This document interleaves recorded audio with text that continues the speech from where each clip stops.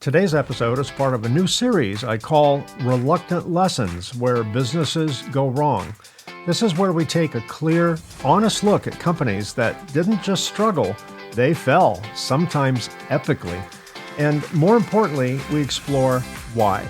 Because if you're building a business, scaling a business, or even thinking about starting one, these lessons matter. Imagine inventing the very technology that will eventually destroy your business and then choosing not to embrace it. That's not hypothetical, that's Kodak. More in just a moment. Stick around. Kodak was founded in Rochester, New York in 1888 by George Eastman.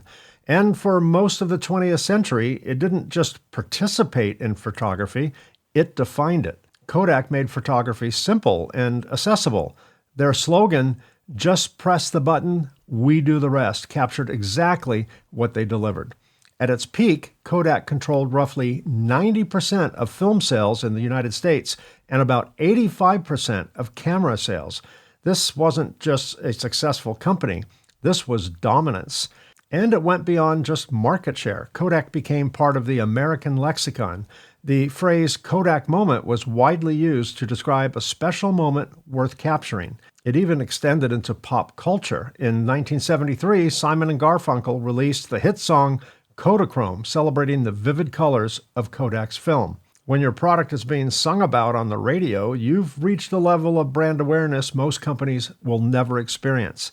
When a brand becomes part of how people speak and sing, it's not just success. That's cultural relevance. And the business model behind that dominance was incredibly powerful. Kodak sold cameras at relatively low margins, but made significant profits on film and processing. Every picture taken required more film. Every roll had to be developed. It was a recurring revenue engine long before that term became popular. For decades, this model worked flawlessly until the technology changed. Here's where the story takes a turn that many people don't expect. Kodak didn't miss digital photography. In fact, they invented it. In 1975, a Kodak engineer named Stephen Sasson created the first digital camera prototype. It was very basic. It took about 23 seconds to capture a black and white image, but it worked. And more importantly, Kodak understood what it meant. Digital photography would eliminate the need for film, and if film disappeared, Kodak's most profitable revenue stream would disappear with it.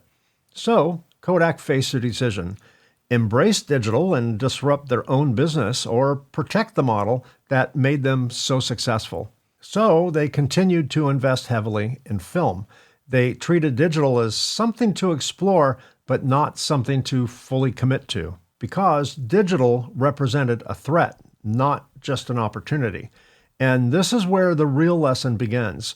Kodak didn't fail because they lacked innovation. They failed because they were protecting success. Their existing business model was so profitable, so dominant, so embedded in culture that it became a constraint. They weren't asking what the future of photography looked like. They were asking how to preserve film. Those are two very different questions. This is something many entrepreneurs face. The very thing that makes your business successful can also become the thing that prevents you from evolving. While Kodak hesitated, other companies didn't. Sony, Canon, and Nikon invested aggressively in digital technology. They weren't protecting a legacy film business. They really didn't have one. They were building what came next. By the late 1990s and early 2000s, digital cameras improved rapidly. Costs came down and consumers began to adopt the technology at scale. Kodak eventually entered the digital camera market, and for a short time, they were actually the number one seller of digital cameras in the United States. But there was the fundamental problem. Digital cameras didn't generate the same recurring revenue as film cameras did. There were no ongoing purchases of film rolls, no processing fees. The margins were lower, and the business model was different, very different. So even when Kodak succeeded in digital, they were making far less money. They had transitioned the product, but not the economics. Then came the next wave, smartphones. Now, cameras were no longer standard devices. They were built into products people already carried every day, and the demand for traditional digital cameras began to decline. Recent data shows that roughly 92 to 94% of all photos are now taken on smartphones, leaving only 6 to 8% for all traditional cameras combined. Kodak was now facing the collapse of film, reduced profitability in digital cameras, and new competition from entirely different industries. In 2012, Kodak filed for Chapter 11 bankruptcy protection. A company that once defined an industry was now trying to survive it. So where did they go wrong? They innovated, but they didn't commit to their own innovation. They allowed their current success to create fear around change.